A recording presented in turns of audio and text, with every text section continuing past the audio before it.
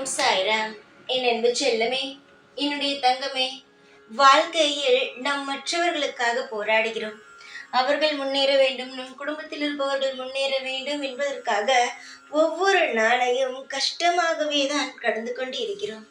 ஆனால் சற்று யோசித்து பார்த்தால் நமக்காக யார் கஷ்டப்படுகிறார் என்று யோசித்து பார்த்தால் யாருமே இல்லை.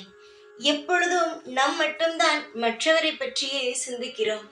ஆனால் மற்றவர்கள் யாருமே நம்மை பற்றியும் நம் எதிர்காலத்தை பற்றியும் சிந்திக்கவே இல்லை என்று நினைக்கும் பொழுது மனம் வருத்தமாக இருக்கிறது அல்லவா? நானும் உனக்கு பலமுறை சொல்லிவிட்டேன். எப்பொழுதும் முதலில் உன்னுடைய வாழ்வுக்கு முக்கியத்துவம் கொடு. அதற்கு பிறகு மற்றவருடைய வாழ்க்கையை பார்க்கலாம். உன்னுடைய குடும்பமாக இருந்தாலும் சரிதான், உன்னுடைய வாழ்க்கையை முதலில் பாரு என்று. ஏனென்றால் உன் குடும்பத்திற்கு ஆணிவேர் நீதான் சரியாக இருக்க வேண்டும். நீதான் உடம்பையும் சரி உன் மனதையும் சரி நல்ல முறையை பார்த்து கொள்ள வேண்டும். யாரையும் குறை கூறி எந்த பிரயோஜனமும் அல்ல என்றெல்லாம் சொல்லிவிட்டேன். ஆனால் நீ எதையுமே காதில் வாங்குவதாக இல்லை. என்னுடைய குடும்பம் குடும்பம் குடும்பம் என்று சொல்கிறாய். அதை விட்டால் என் நண்பர்கள் நண்பர்கள் என்கின்றாய். உனக்கு ஒரு உதவி என்றால் நீதான் போராடுகிறாய். மற்றவர்கள் யாருமே வந்து உனக்கு எதுவும் செய்வது இல்லை என்பதும் தெரியும். எல்லோரும் உன்னிடம் இருந்து எல்லாவற்றையும் பெற நினைக்கிறார்களே தவிர உனக்கு ஒரு ஆபத்து என்று வந்தால் தருவதற்கு தயங்குகிறார்கள். அது பணமாக இருந்தாலும் சரி, உழைப்பாக இருந்தாலும் சரி, எதுவாக இருந்தாலும் சரி, அவரவர்களோட வாழ்க்கையில் மட்டும் கவனத்தை செலுத்துகிறார்கள். ஆனால் நீ அப்படி அல்ல. மற்றவர்கள் சுயநலமாக இருக்கிறார்கள், ஆனால் நீ சுயநலமாகவே இல்லை. ஏதாவது ஆபத்து என்று வந்தால் உடனடியாக யாராவது சொன்னால் கூட உனக்கு ஆபத்து வரும் பொழுது அந்த நண்பன் செய்தானா, ஏன் நீ ஓடுகிறாய் என்று சொன்னாலும் எனக்கு தெய்வம் இருக்கிறது, ஆபத்து என்று வந்தால் நான் உதவி செய்வேன் என்கின்றார். தங்கமே, உன் மனதுக்கும் உன்னுடைய எண்ணத்திற்கும் நீ நல்ல முறையில் இருப்பாய்.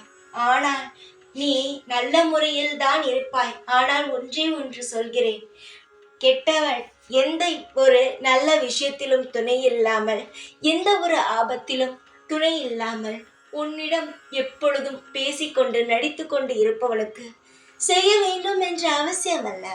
நீ உன்னுடைய வாழ்க்கையை பார்த்து கொண்டு இருக்கலாம். நீ நினைக்கிறாய் தெய்வம் பார்த்து கொள்ளும் என்று. நீ அவனை பார்த்தாலும் சரி, பார்க்காவிட்டாலும் சரி, நிச்சயமாக தெய்வம் உன்னை காப்பாற்றும். ஏனென்றால் நீ அந்த அளவுக்கு மற்றவர்களுக்கு உதவி செய்திருக்கிறாய். நீ என்னுடைய மனதில் நிலையாக இருக்கிறாய். யார் என்ன சொன்னாலும் சரிதான், நீ என் மனதில் நிலையாக உள்ளாய். உன்னுடைய கருணை எனக்கு புரிகிறது. நீ எதை வைத்து நீ மற்றவர்களுக்கு உதவி செய்கிறாய் என்று. உனக்கு ஒரு ஆபத்து என்று வரும் பொழுது மற்றவர்கள் யாரும் உதவி செய்யவில்லை.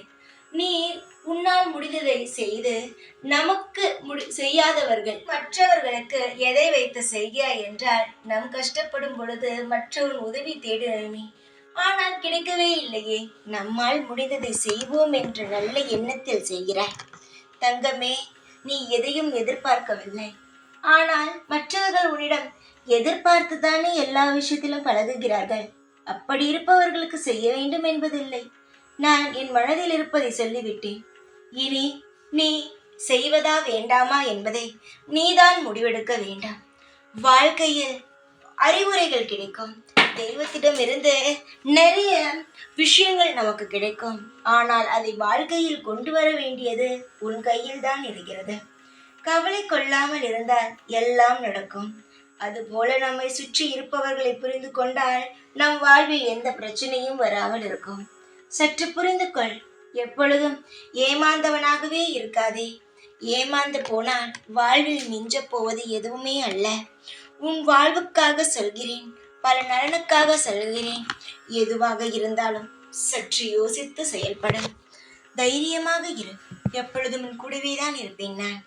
ஓம் சாய்ராம்.